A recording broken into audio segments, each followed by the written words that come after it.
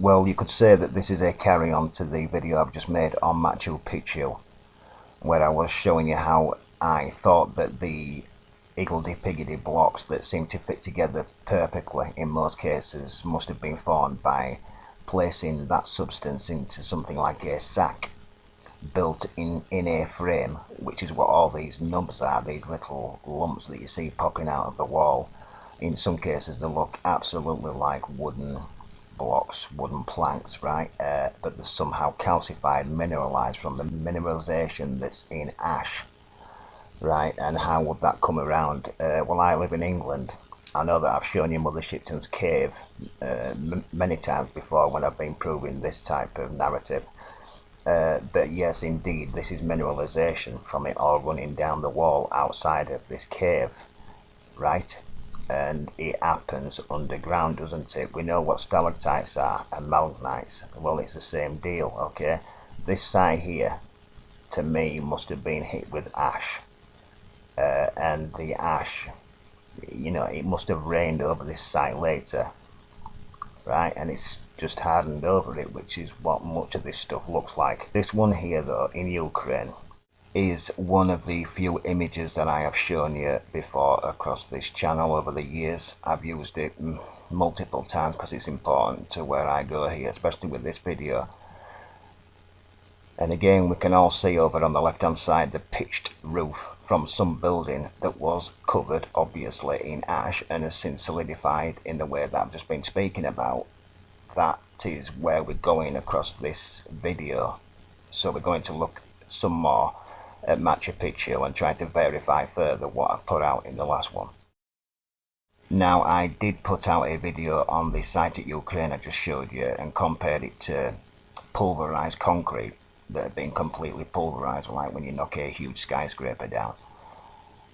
And that will also solidify. I showed you where the water pipes from the Twin Towers were, right, which we solidified all the powdered concrete into limestone again, but I think it is indeed ash.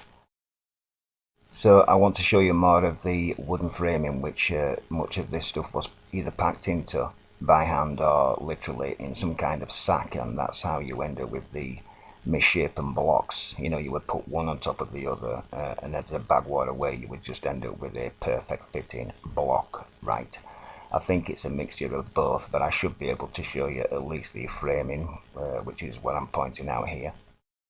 Well, somebody in the last video, I'm not sure if they were just asking me a question or trying to prove me wrong, they asked how come I'm not able to show any of these roofs from these structures atop Machu Picchu. Well, obviously it is the weakest part of a log cabin and would have either burnt down, fallen down or floated away in the flood, but on the screen I am not sure if this is actually from Ollantaytambo, which is also atop a mountain. But it doesn't matter, it's the same thing because this building is exactly the same there, and what I'm showing you here on the screen now is indeed a roof, part of the roofing, which is again being hit with ash and solidified. You can see the perfect framing to this roof, which is on what is fallen to the side of a similar building, okay?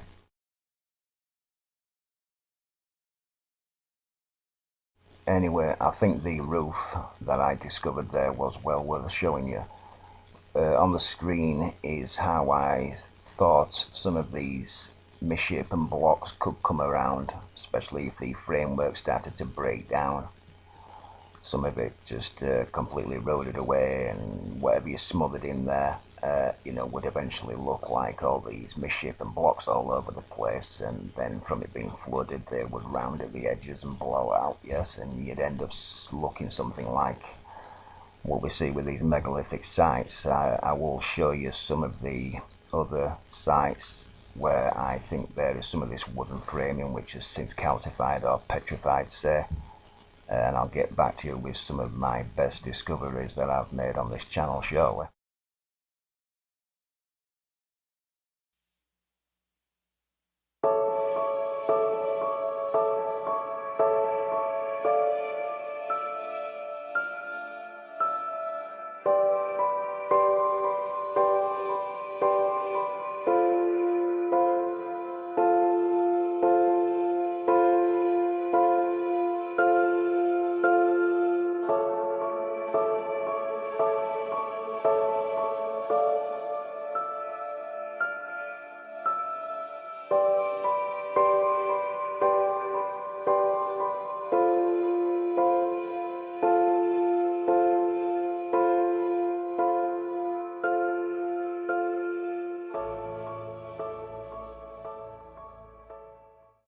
Something that I've not mentioned before on the LATS I've just been showing you, which is on a coastline somewhere, they shouldn't really exist because salt water always will corrode anything man-made away, right, including wood. So maybe this is also due to the amount of ash and minerals within the ash that's been sloshing around in the oceans at some point. It being so close to the coastline and the sunlight being able to hit it, so it's being able to petrify. Or it could be that the level of salt that's in the oceans today hasn't always been like that, because it will indeed corrode anything at all, and the reason why it's there in the first place for us. Okay.